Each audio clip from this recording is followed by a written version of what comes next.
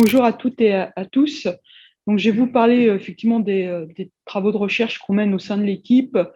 Euh, j'ai axé sur les 2 dernières années et vous verrez qu'on axe vraiment sur les profils activité physique, sédentarité. C'est vraiment l'un et l'autre. Je crois qu'on ne peut pas parler de l'un sans parler de l'autre. Donc, ceci sur Sa Majesté. Les flèches du clavier. Ouais, mais ça n'a pas l'air de. Si, c'est bon. Zut, alors ils sont un peu longs. Et donc, on travaille à tous les âges de la vie. Et le premier âge sur lequel on travaille, c'est l'école, les enfants. En fait, sur le paradoxe de l'apprentissage précoce de la sédentarité à l'école. C'est-à-dire qu'en fait, on part du constat qu'à l'école, on apprend beaucoup de choses, mais malheureusement, on apprend aussi aux enfants à rester assis, malgré leur volonté.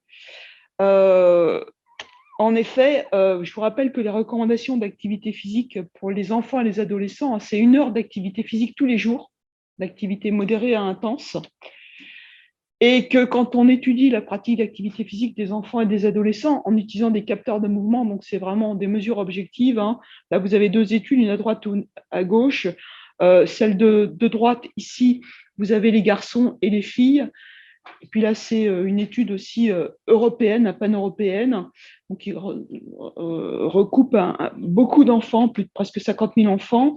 Et vous voyez que dans les 2 cas, l'activité physique, elle commence à diminuer à 6-7 ans, c'est-à-dire au moment où les enfants vont rentrer dans le primaire et où ils ont un temps contraint passé assis, qui est le temps assis à l'école. Et vous voyez que cette activité physique, que ce soit chez les garçons ou chez les filles, elle va ensuite continuer à diminuer régulièrement jusqu'à l'adolescence, à des niveaux qui sont en gros tels qu'on arrive à seulement 10% des enfants qui atteignent les recommandations d'activité physique en Europe. Donc c'est extrêmement inquiétant. Et quand on suit après 16 ans, on voit que ça se fige après 16 ans. C'est-à-dire qu'à 16 ans, ils ont atteint à peu près le niveau d'activité physique qu'ils vont maintenir tout au long de les comportements sont figés pour la vie adulte.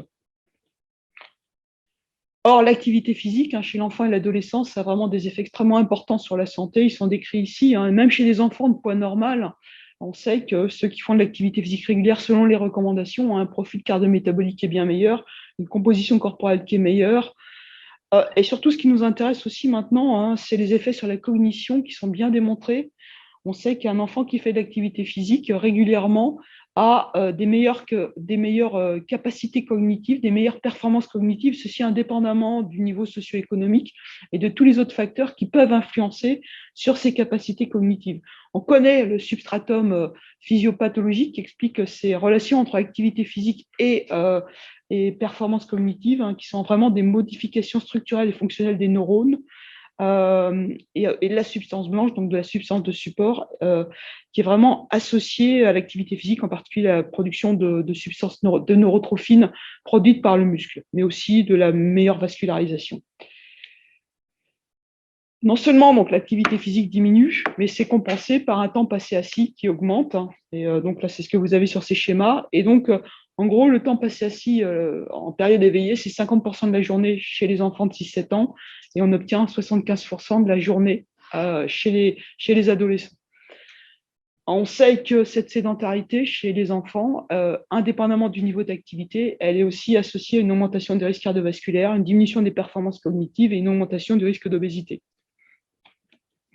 Donc vraiment, chez les enfants, on a ce qu'on n'a jamais eu dans notre histoire, un double fardeau d'inactivité physique et de sédentarité qui commence précocement. Moi, je dis qu'ils sont assis vraiment sur une double bombe, une bombe à retardement et qui va exploser quand ils arriveront en tant que jeunes adultes, qu'on se rajouteront d'autres stress, le stress du travail, le stress économique, ce qui pose des gros problèmes.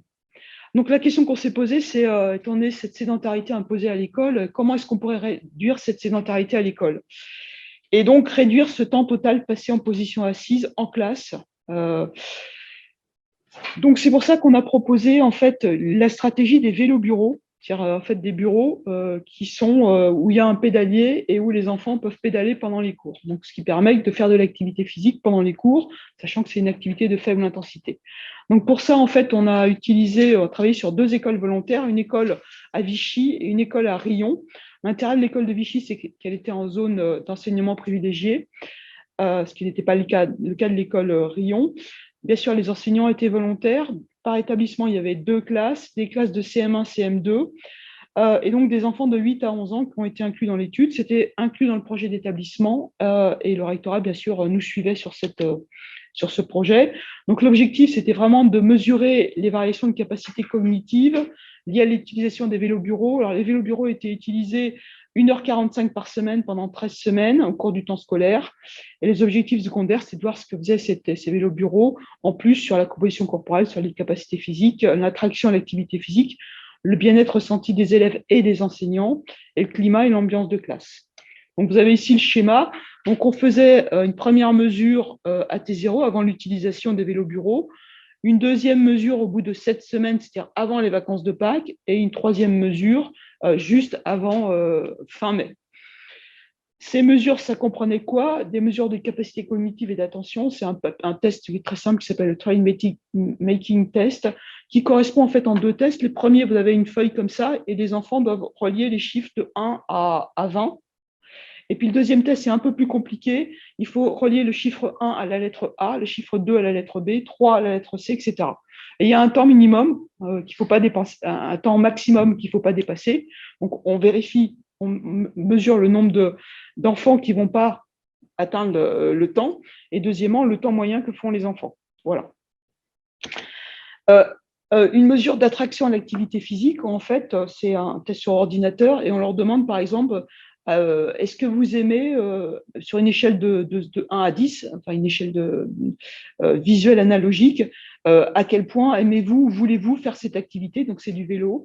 À quel point, parmi ces activités, donc jouer dehors ou regarder la télé, quelle est celle qui vous intéresse le plus aujourd'hui? Il y a tout plein de questions comme ça sur des échelles pour la rattraction à l'activité physique et au comportement sédentaire. Il y a bien sûr la composition corporelle sur de l'impédance. Des tests de capacité physique, alors des tests d'endurance, on le reverra, c'est un test, c'est le test qui est fait chez tous les enfants et adolescents, car on leur demande de courir entre 2 plots qui sont séparés de 20 mètres. Ils doivent arriver au premier plot à un bip, et puis ensuite, ils atteignent le deuxième plot à un bip, et les bips vont de plus en plus vite. Et puis ils arrêtent au moment où ils ne peuvent pas atteindre le bip, ça va trop vite pour eux. Ils jettent un ballon, le test pour le saut en hauteur pour l'explosivité, la force des membres supérieurs, la force des membres inférieurs, et puis un parcours moteur, en fait, qui est de la coordination, de la force, c'est plus des capacités motrices qui sont importantes à cet âge-là, le bien-être des élèves, des enseignants, et puis l'ambiance de classe. Donc, ce qui s'est passé, c'est qu'en fait, on a commencé donc en septembre 2020. Et puis, donc, on a fait jusqu'à fin mars 2020. Et puis, est arrivée l'infection à Covid, juste, en gros, 2 semaines avant qu'on fasse l'évaluation à mi-parcours. Et donc, on a dû arrêter l'évaluation. Donc, on s'est arrêté là. Donc, on avait une évaluation à T0, puis après, on n'a pas pu évaluer à cause du Covid. Et donc, on a recommencé la manip en septembre 2020 sur une nouvelle année scolaire, donc de nouveaux élèves qui rentraient à nouveau en CM1 et CM2. Donc, ils avaient un an de plus ils étaient nés un an plus tard, mais ils avaient les mêmes caractéristiques que les élèves de l'année d'avant. La seule différence, c'est qu'entre les élèves qu'on avait évalués en 2020 et ceux qu'on a évalués à la rentrée 2020, ceux qu'on avait évalués avant le Covid et ceux qu'on a évalués à la rentrée après Covid, eh bien, ceux qui ont été évalués à la rentrée après Covid, eux, ils avaient eu pratiquement un an de confinement et un an sans classe. Et donc, on a mesuré, en fait, on a fait la différence entre les tests des enfants qui ont eu un an sans classe et puis confinés versus ceux qui n'avaient jamais été confinés. Et là, les résultats sont assez. On s'attendait à ne pas avoir de bons résultats, mais on a été plus que sidérés. Alors, on a vu en fait que tous les résultats, c'était s'était dégradé chez les enfants qui avaient eu le confinement. Bon, ils ont pris un petit peu de poids, ils ont pris en moyenne 1,5 kg, mais tous les résultats, que ce soit les tests de capacité physique, que ce soit les tests cognitifs, se sont dégradés. Alors, si je vous montre par exemple sur les capacités physiques, le parcours moteur, eh bien, vous voyez, il y a une augmentation du temps à faire ce parcours moteur de plus de 25%. Ce qui est surtout particulier, c'est le test navette. Vous savez, il court entre un plot. Vous voyez que ça, il s'est dégradé de plus de 50%. Et surtout, ce qu'on a vu, et ça, on n'avait jamais vu ça, parce qu'on a l'habitude de faire ce test, on l'a fait déjà dans de nombreuses écoles, il y a quand même plus de 25 à 30% des enfants qui n'ont même pas pu courir jusqu'au premier plot. C'est-à-dire qu'ils étaient tellement essoufflés qu'ils ne pouvaient même pas courir 20 mètres. Et vraiment, le bip pour faire le premier plot, il était extrêmement lent. Eh bien, ils étaient tellement déconditionnés qu'ils étaient incapables de courir jusqu'au premier plot. Ça, c'est vraiment quelque chose qu'on n'a jamais vu. Pourtant, on a l'expérience de ce genre de test. Donc, dégradation des capacités physiques avec des résultats pour presque un quart, voire 30% de la population, qui sont des résultats qu'on n'a jamais vus. Pour les tests cognitifs, pareil, on a une dégradation des capacités cognitives. Vous avez les résultats au premier test, deuxième test, et si on prend la somme des tests, vous voyez, ils mettent vraiment plus de 25%, 25 à 30% du temps en plus pour faire les tests. Et surtout, pareil, ce qu'on a vu, c'est que lorsqu'on avait fait les premiers tests avant le confinement, tous les enfants faisaient le test, en tout cas dans le temps imparti. Et là, il y avait la moitié des enfants qu'il a fallu qu'on arrête parce qu'ils avaient, une fois que le temps imparti était terminé, la moitié n'avait même pas fini leur test. Donc, vraiment une dégradation qui était extrêmement importante des capacités cognitives. Et ça, c'est pareil, on ne s'attendait pas à ce résultat. En tout cas, une telle importance. Donc vraiment, nos résultats ont montré qu'il y avait une diminution alarmante de la condition physique et des capacités cognitives chez ces enfants du primaire après confinement lié à la pandémie. Et donc, il y a vraiment un besoin urgent à la fois de mesures préventives s'il y a un nouveau confinement, mais surtout de favoriser un mode de vie actif chez les enfants pour la santé physique, mentale et sociale. Et en particulier, c'était déjà le cas avant, mais tous ceux qui ont subi cette pandémie, il va falloir renforcer les mesures. En plus de l'école, on travaille sur le milieu de travail. On sait aussi que chez l'adulte, le temps passé sédentaire est principalement d'origine professionnelle, puisqu'il y a de moins en moins de professions qui sont physiquement actives, et que sur un temps de travail, on passe énormément de temps assis, surtout c'est du temps prolongé assis, on ne se lève pas. En moyenne, sur une journée de travail, on passe 77% de son temps assis, 18% debout et 5% en bougeant. Et le problème de ce temps assis, c'est vraiment du temps, c'est là où on a les temps assis les plus prolongés, c'est-à-dire sans break. On se lève. Chez soi, on est assis, mais on se lève. Voilà, on regarde la télé, on va faire un truc, on va boire, on va ranger quelque chose, il y a une pub, il y a un truc qui ne nous intéresse pas, voilà, on bouge. C'est des temps qui sont rompus. Quand on est au travail, on peut passer une réunion de 3 heures, on ne va pas se lever, quoi. On passe 3 heures sans bouger. Donc, en fait, le milieu de travail a actuellement été suggéré comme un environnement pertinent pour favoriser l'activité physique parce que c'est un milieu contraint. On est obligé d'y aller, on y est. Donc, tant qu'à faire, favoriser l'activité physique sur ce lieu. Donc, on a en fait décidé dans ce travail de comparer les indicateurs de santé globaux chez les employés du secteur tertiaire. Il y avait des gens qui étaient inactifs, des gens qui étaient déjà actifs, qui présentaient par contre tous, c'était le critère d'inclusion, un temps de sédentarité élevé, et évaluer un programme d'activité physique en entreprise de 5 mois sur les paramètres de santé. Donc pour ça, en fait, on a travaillé chez Michelin, sur les 3 sites, où là, il y a des salles d'activité physique qui sont sur le site. Hein. Donc voilà, il n'y a pas le problème du déplacement, c'est sur le site. Des programmes qui sont accessibles, qui sont plus très peu chers, puisque 90% est payé par le comité d'entreprise. Donc là, sur ces groupes, il y a eu une évaluation à T0 avant le programme d'activité physique, à mi-parcours, et puis à la fin des 5 mois. Bon, à chaque fois, il y a composition corporelle, des tests fonctionnels, et puis des questionnaires. Donc les résultats, si on prend toutes les personnes qui ont bénéficié, il y a plus de 200 personnes. Bon, en fait, ce qu'on voit à l'issue des 5 mois, tout confondu, c'est que la masse grasse a diminué, tout groupe confondu, ce qui est assez surprenant parce que généralement l'activité physique ne fait pas maigrir, mais bon, ils ont perdu de la masse grasse. Le reste, ce n'est pas significatif. Tous les paramètres de capacité physique ont augmenté, la force, l'endurance, la souplesse, donc parfait. Et si on regarde le stress, en particulier le bien-être au travail, vous voyez que la demande psychologique a diminué. La latitude décisionnelle a diminué, donc ils mettent moins de temps à décider, et la demande de soutien social au travail a diminué. De même, ils se trouvent plus reposés, moins stressés. Les habitudes alimentaires se sont améliorées, parce qu'il y avait aussi un questionnaire alimentaire. L'anxiété a diminué, la dépression a diminué. Donc, si on prend les résultats globaux, tous sujets confondus, on se dit oh, c'est super, ça marche bien. C'est les programmes, mettre une salle d'activité sur le milieu de travail, ça marche super bien.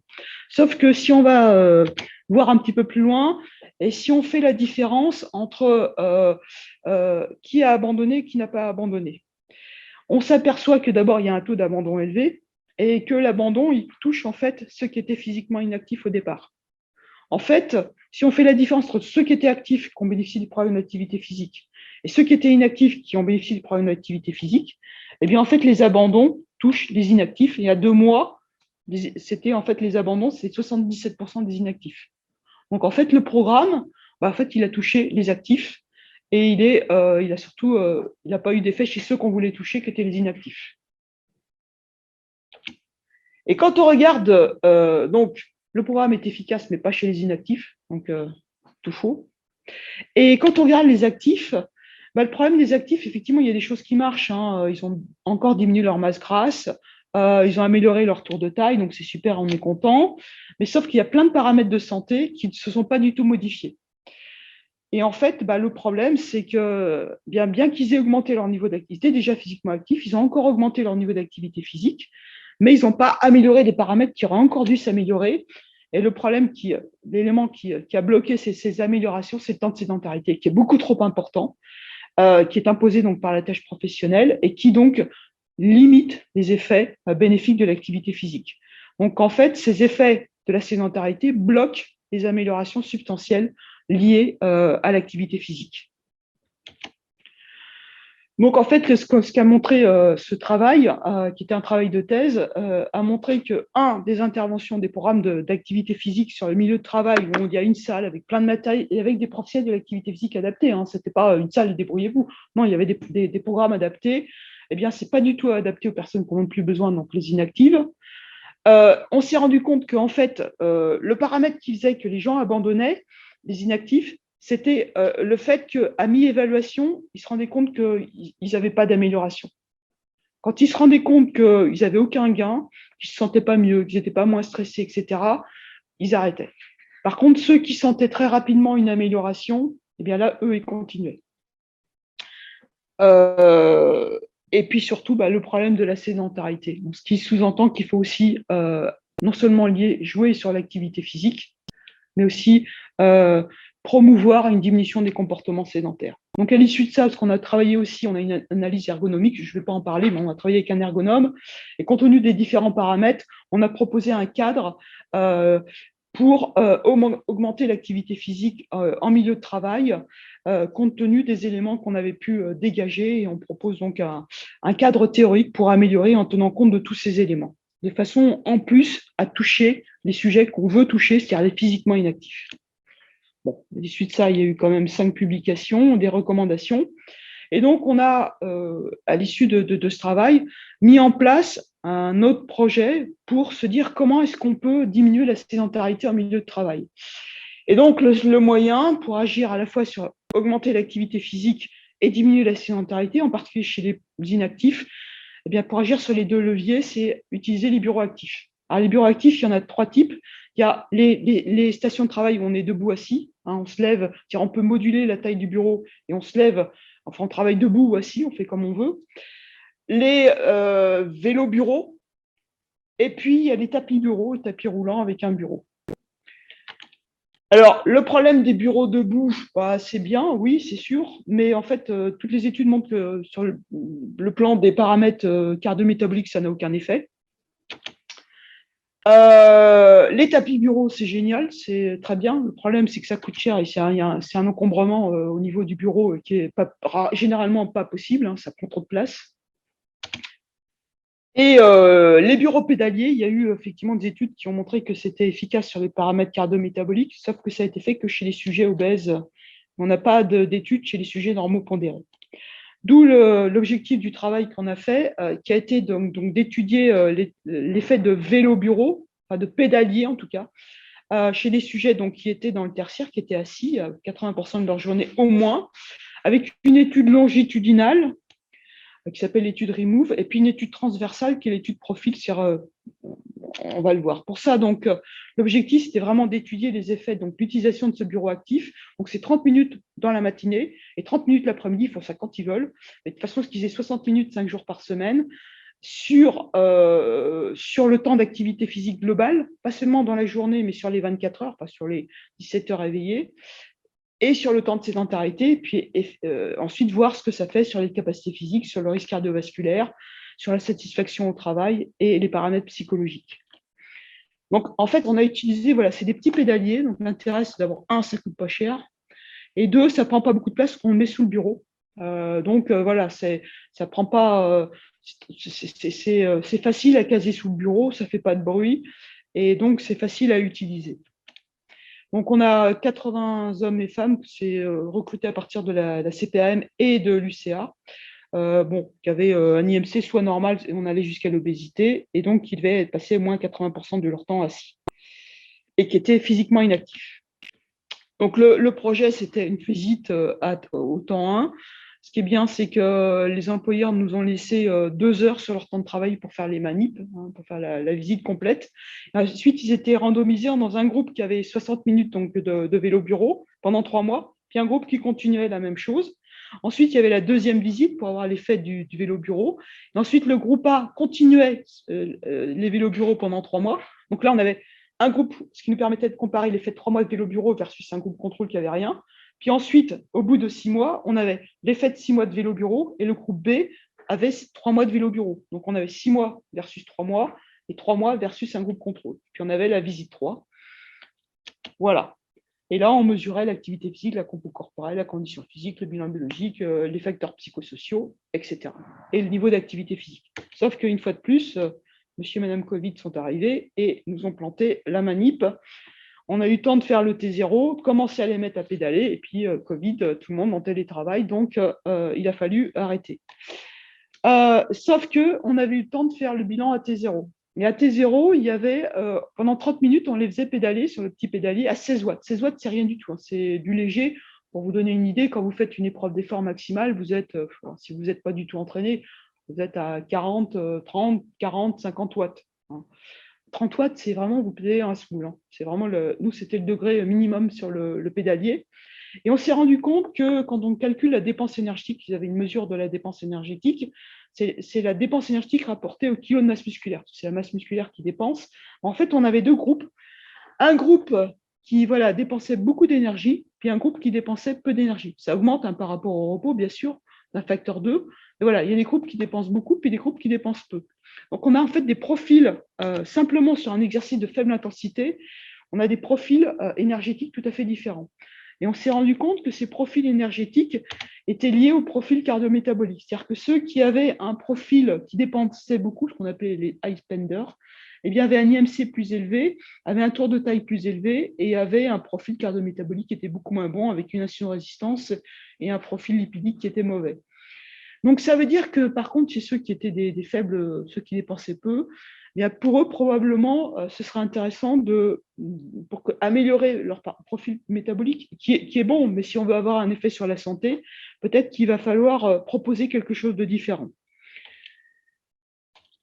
Et c'est pour ça qu'on a l'étude Profile, qui est une étude transversale, c'est faite à un moment juste donné, parce que on sait aussi que rien que quand on mesure l'effet en fait des vélos, des bureaux où on passe assis debout, ben là aussi on a des profils différents.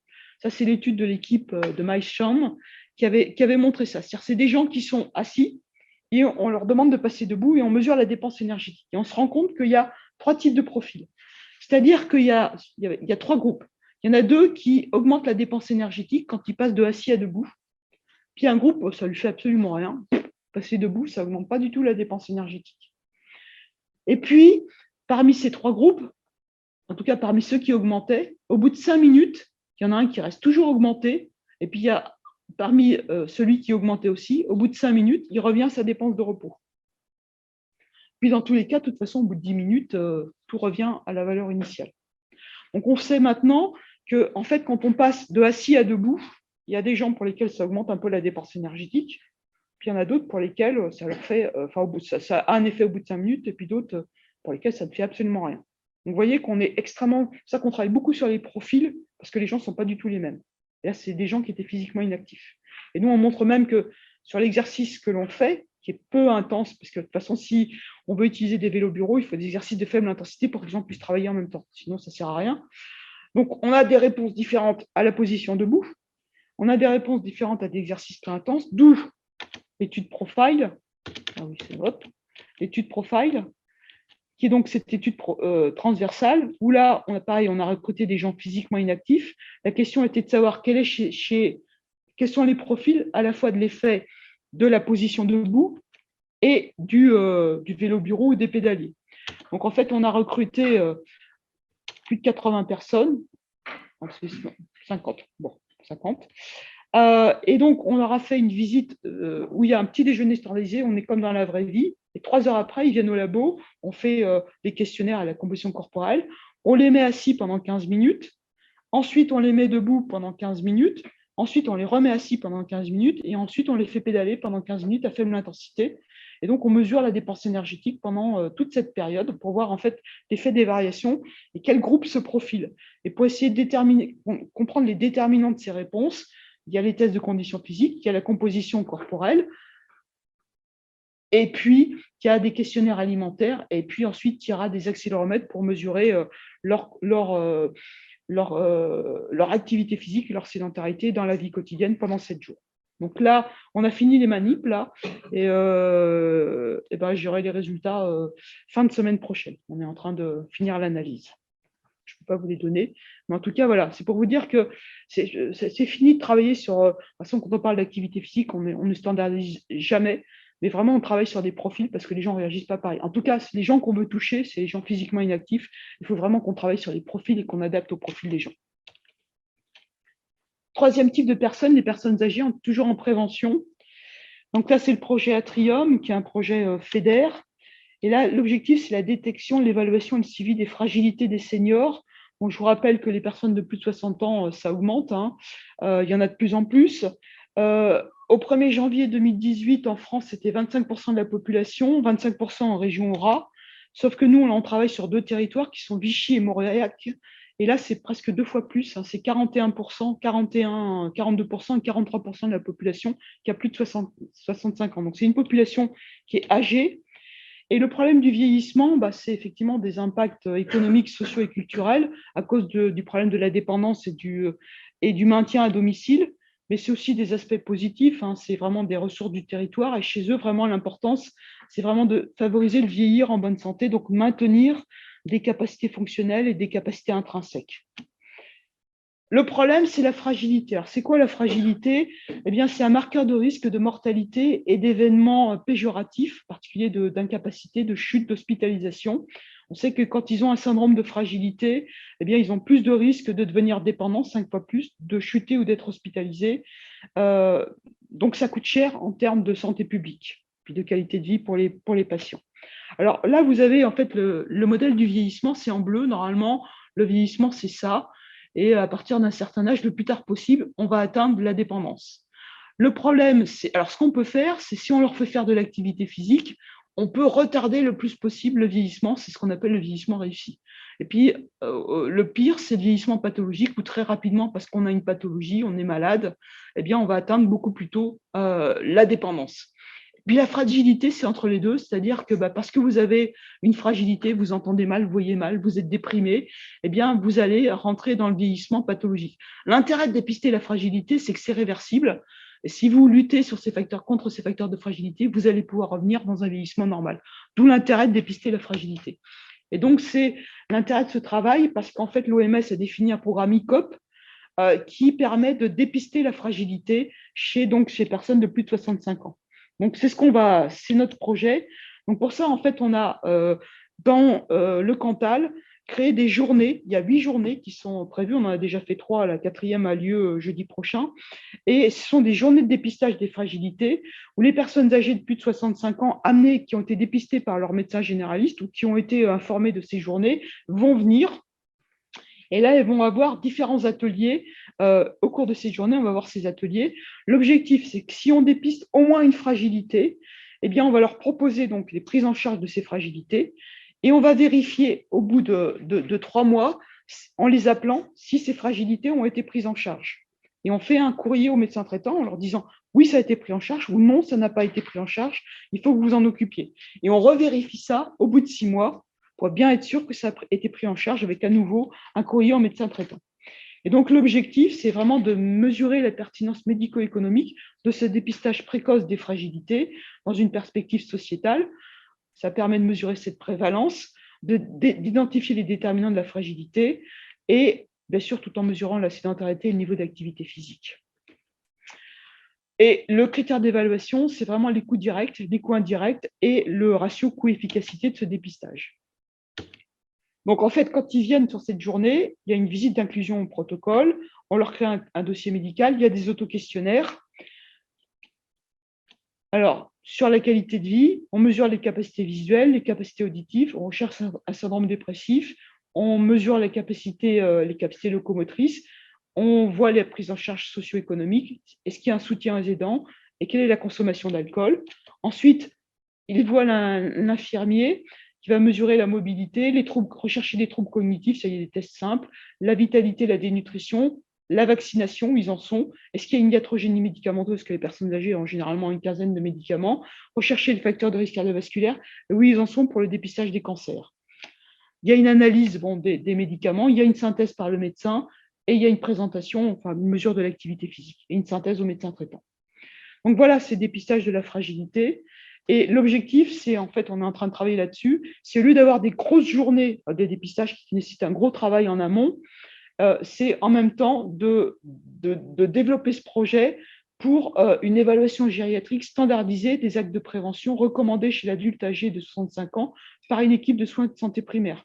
C'est-à-dire que cette consultation dédiée à l'évaluation gériatrique standardisée est lieu chez tous les adultes âgés de 65 ans et plus par une infirmière azalée, c'est-à-dire une infirmière qui a une délégation de soins dans le cabinet du médecin généraliste, pour ceux qui en ont, ou par une infirmière à domicile chez les patients.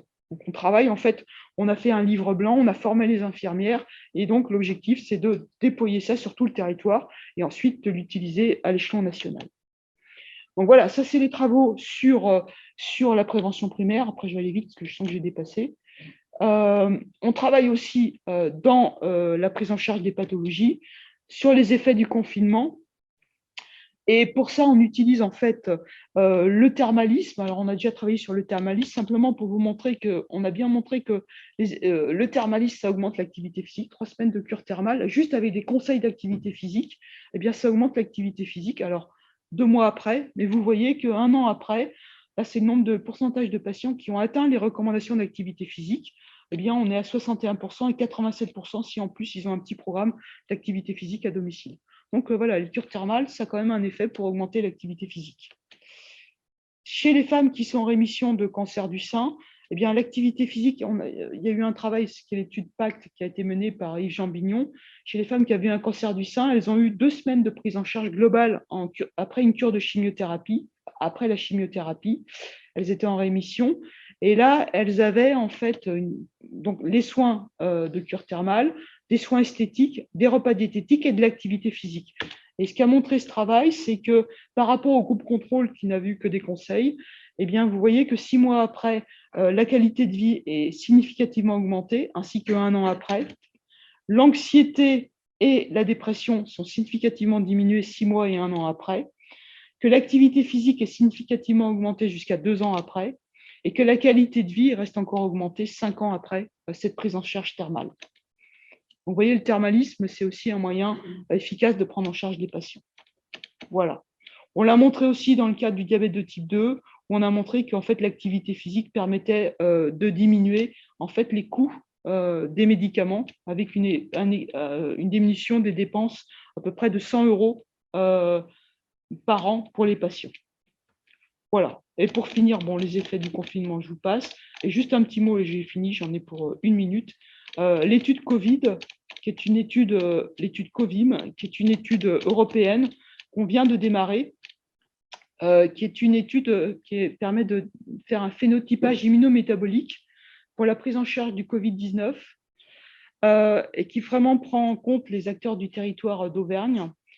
Donc, c'est l'idée, vous savez, que bon, le problème du Covid, c'est qu'il y a l'infection par Covid, et puis il y a ces gens qui développent un Covid long, où là, on n'arrive plus à identifier le virus, mais c'est des gens qui vont développer, après 3 semaines jusqu'à 3 mois, 6 mois, des symptômes qui sont multiformes.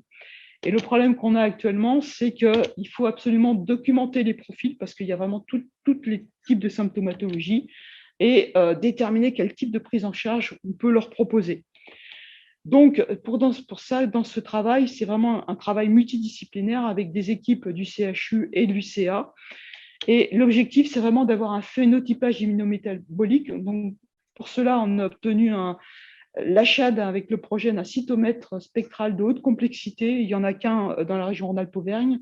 C'est le professeur Bertrand Évard qui en immuno s'en occupe. Donc, en gros, c'est de faire vraiment un phénotypage immunologique entre les patients qui sont modérés, qui ont juste une hospitalisation maladie infectieuse, et les patients qui sont sévères, et donc de déterminer le profil immunologique de ces patients, et ceux aussi qui sont en post-Covid à 3 et à 6 mois, mais aussi le suivi post-vaccinal chez ceux qui ont été vaccinés et jusqu'à 2 ans, pour voir vraiment le profil immunologique de ces patients en fonction du type de vaccination et le type de variant et la survenue ou non d'infection dans le temps. Et puis aussi les différents types de prise en charge. Alors, soit les prises en charge cliniques, soit les prises en charge à domicile, soit les prises en charge en milieu thermal, puisqu'en fait, le milieu thermal peut permettre de répondre à toute la symptomatologie qu'ont ces patients. Donc, c'est vraiment, beaucoup d'équipes sont impliquées, je n'ai pas le temps de les citer, mais beaucoup d'équipes sont impliquées dans ce projet qui va durer 2 ans. Et vraiment, alors, voilà, les objectifs sont vraiment ambitieux. C'est vraiment de pouvoir, à l'issue de ces 2 ans, établir des recommandations sur les prédispositions comportementales d'optimisation de vaccination, des recommandations sur les prédispositions comportementales de réduction des effets et des complications liées au Covid-19, des recommandations de prise en charge de la santé métabolique des patients Covid et Covid long, un développement d'un diagnostic adapté et adaptable aux caractéristiques des sujets, toujours le profil, un bilan médico-économique et social à l'échelle du territoire et une élaboration et une dissémination de stratégies de prise en charge s'appuyant vraiment sur les spécificités du territoire d'Auvergne. Voilà, je vais m'arrêter là. Voilà, c'est lié, donc ça implique la collaboration de beaucoup d'acteurs et c'est multidisciplinaire. Bon, ça, je passe.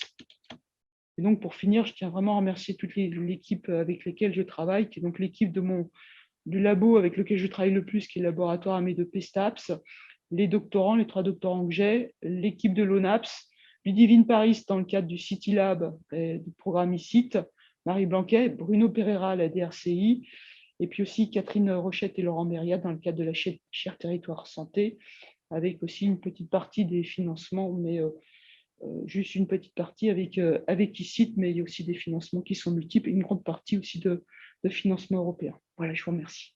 Merci. Est-ce que vous avez des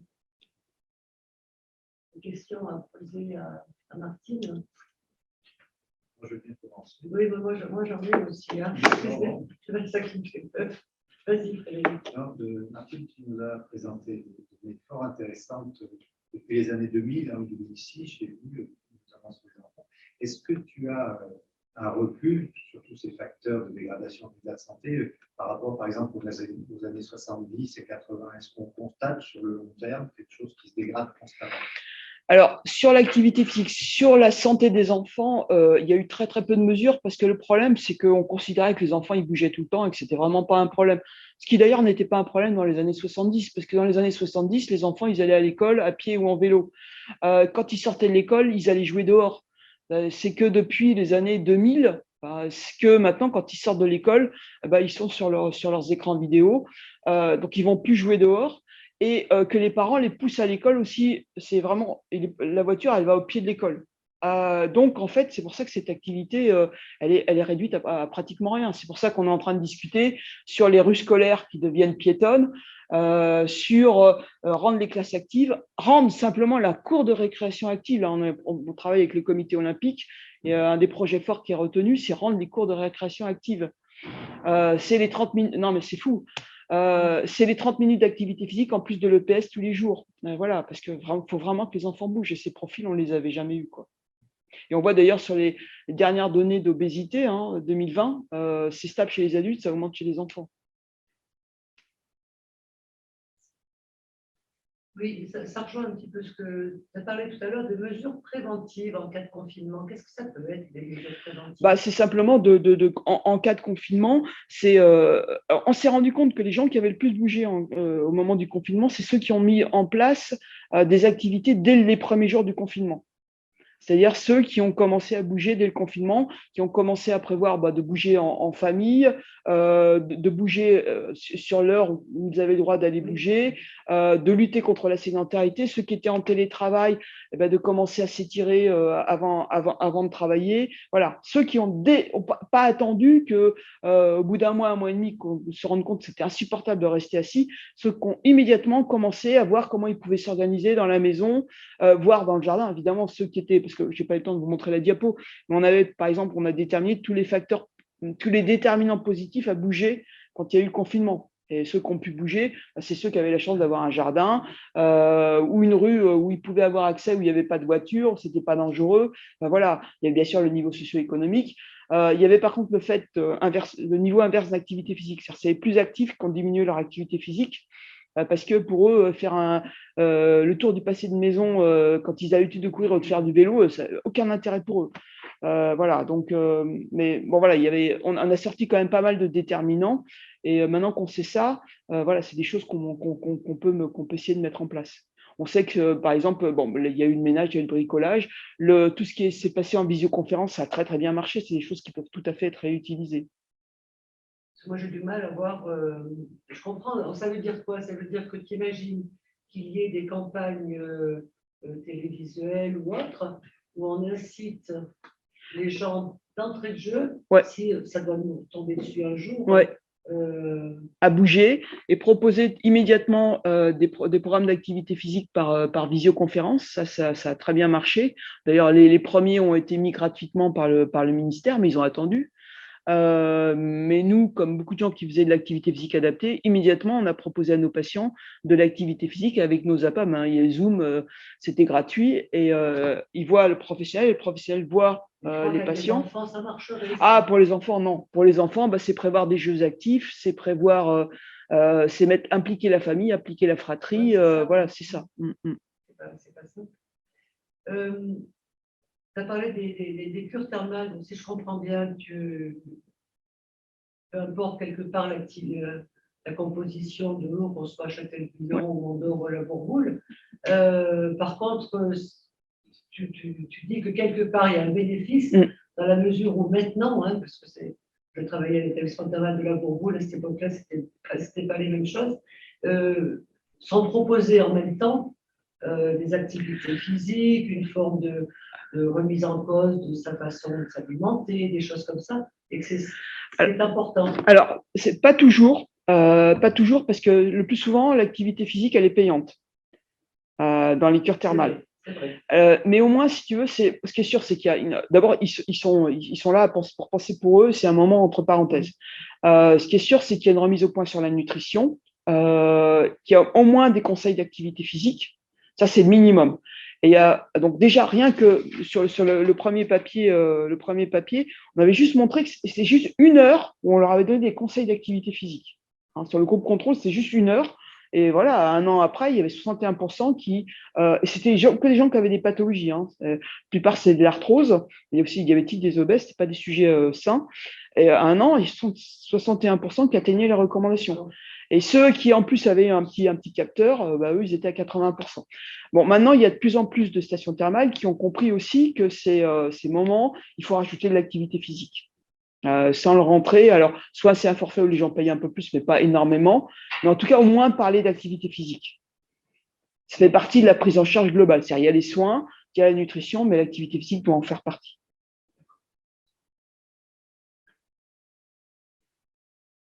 J'aimerais revenir sur la mobilité active des enfants. J'étais vraiment surpris par vos résultats. Ma première question, c'est de savoir s'il y avait d'autres types d'études comme la vôtre sur cette période extraordinaire. Donc, pour les chercheurs, j'imagine que c'était compliqué le confinement, mais en même temps, c'est une expérience culturelle assez incroyable, parce que tout le monde a été touché. Donc, premièrement, est-ce qu'il y a d'autres études pour un peu montrer ce que vous dites? Oui. Et surtout, après, ce qui moi, me frappe, c'est les conséquences. Quel type de conséquences? À quoi on peut s'attendre? Parce qu'on est sur une dynamique, si j'ai bien compris, en fait, depuis très longtemps, en fait, on voit un ralentissement de la mobilité active des étudiants, ça l'a amplifié avec le confinement. À quoi on peut s'attendre? Quelles sont les conséquences si on ne rectifie pas cette tendance qui a été accélérée? À quoi on peut s'attendre en matière de santé des enfants? C'est quoi les conséquences? Une aggravation de la santé des enfants. C'est très bien, c'est déjà très très bien montré.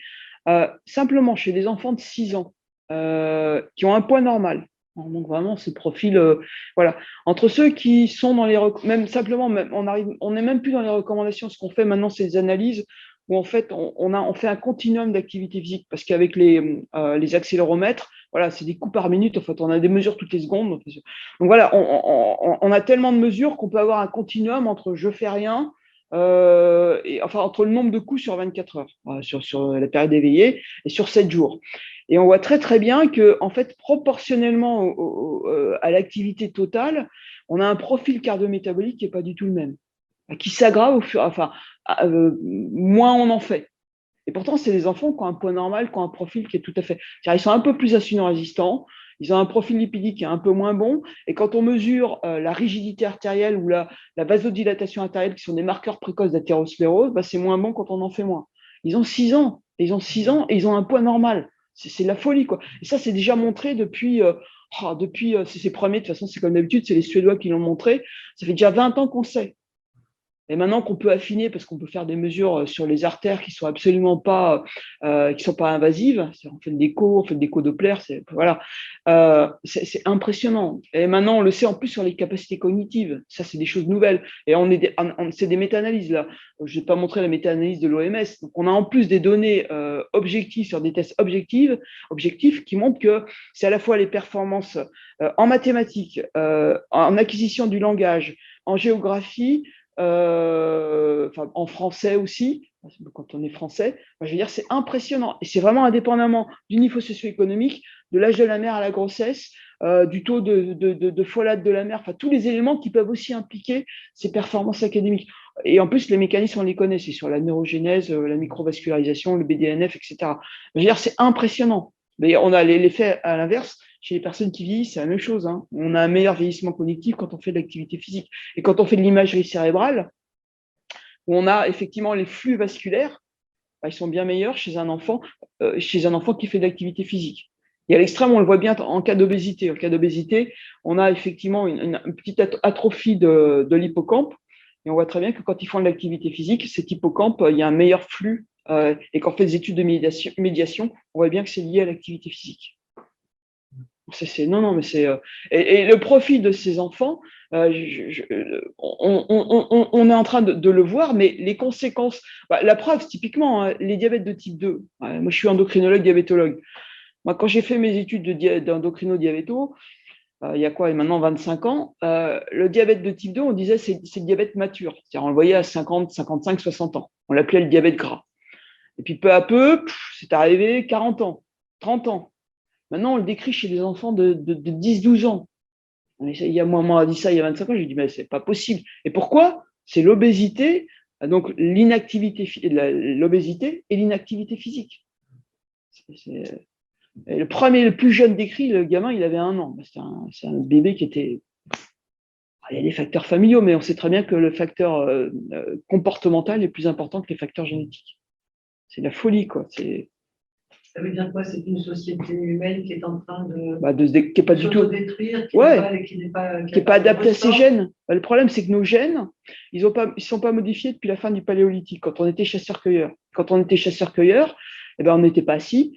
On marchait entre 15 et 27 km par jour et on alternait jeûne, plusieurs jours de jeûne, quand il n'y avait plus rien à manger, il fallait chercher le mammouth, Voilà. Et puis, période de réplétion, parce que quand il y avait le mammouth, il ne se conservait pas pendant 3 semaines. On ne congelait pas, quoi.